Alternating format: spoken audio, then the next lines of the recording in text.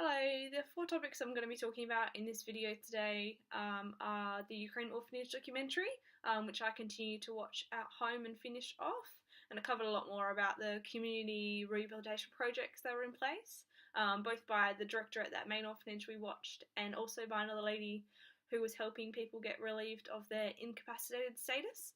I also watched a TED Talk by Stella Young called I'm Not Your Inspiration, and also read some of the blog posts she'd done for her old blog called Ramp Up. I also listened to a podcast by Dr. George Talporos called Reasonable and Necessary, which was about the NDIS 5 years on.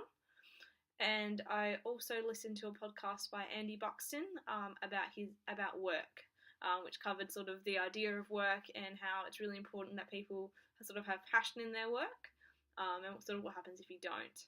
And I chose these topics just because they really, a lot of what was talked about aligned with the values I already had related to sort of the social model of disability and society's influence over people. But it also taught me a lot more about how much of an influence society and sort of the people closest to you have on your identity and on your choices and your occupations.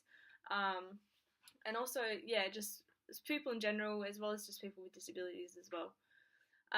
So yeah, the general correlation I found between all these videos was really about the potential of people, and how it's really important that we try and get people to reach their full potential. And quite often people are really inhibited from reaching their potential by really the people around them and their opinions of them and society's opinion of them.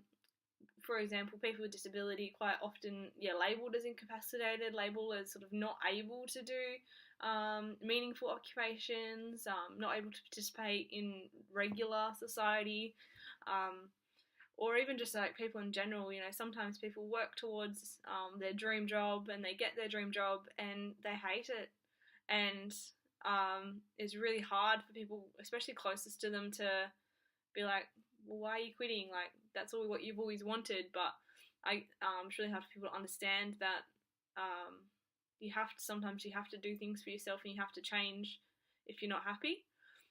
So really this relates a lot to the job of an OT, and I can see how I can really apply it in practical placements and both in my future career, because there's really strong importance of really finding out what the person wants and not taking too much information from outside sources.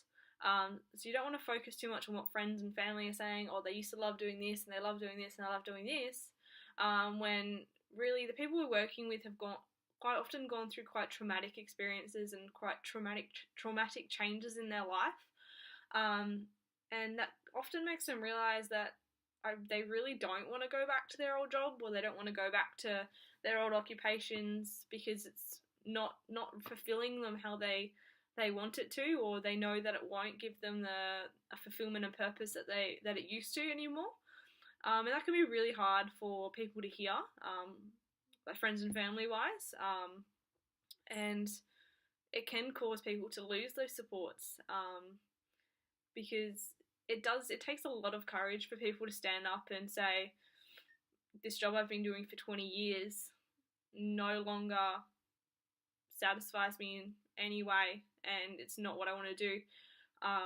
And that can cause people a lot of family and friends and their base supports, really cause them to they lose the main supports. It's just where the role of OT really comes important, for that advocacy for them and opening that bridge of communication between them and their families, which is why you've got to go back to square one with people, and that's the importance of rapport and trust. Because if you don't have that rapport and trust with a person, they're not going to tell you what they really want to do. They're not going to tell you that, no, they don't want to do that because it's what everyone expects of them. They actually want to do this instead. And if we don't get that accurate information out of someone, we really haven't done our job to the best of our capabilities. And we're all about person-centered practice. That's the main role. That's the main focus of our job, is person-centered practice. So it's really important that you do focus really on the person and don't take too much from outside sources. because by people engaging in occupations that they want to engage in, they're going to increase their performance, they're going to increase their participation in it, which is obviously going to have overall benefits to their lives. Because really, if someone doesn't want to do an occupation, they're not going to do it, or they're going to do it really not participating and not performing as well as they could, because it's not something that motivates them. So you can see why it's so important that you always communicate with your clients and you always make sure and check in that this is what they want to do, because it can be really hard for people to set a certain goal or achieve something, whether it's in therapy, sort of inpatient rehab or aged care or whatever it is. People are setting goals all the time, and when they achieve those goals, sometimes people might achieve goals and be like, that really didn't give me the sense of fulfillment that I wanted it to. And sometimes that can be really hard for someone to see and understand, and it's really important that us as therapists say to them, like, that's totally fine. What do you want to do next? What's your next goal? What have we done wrong here, and what can we change to make sure that you leave here feeling that you are on track, or that you've fulfilled what you want to fulfill. So yeah, that's what I really learnt from these 4 topics, and thank you for listening.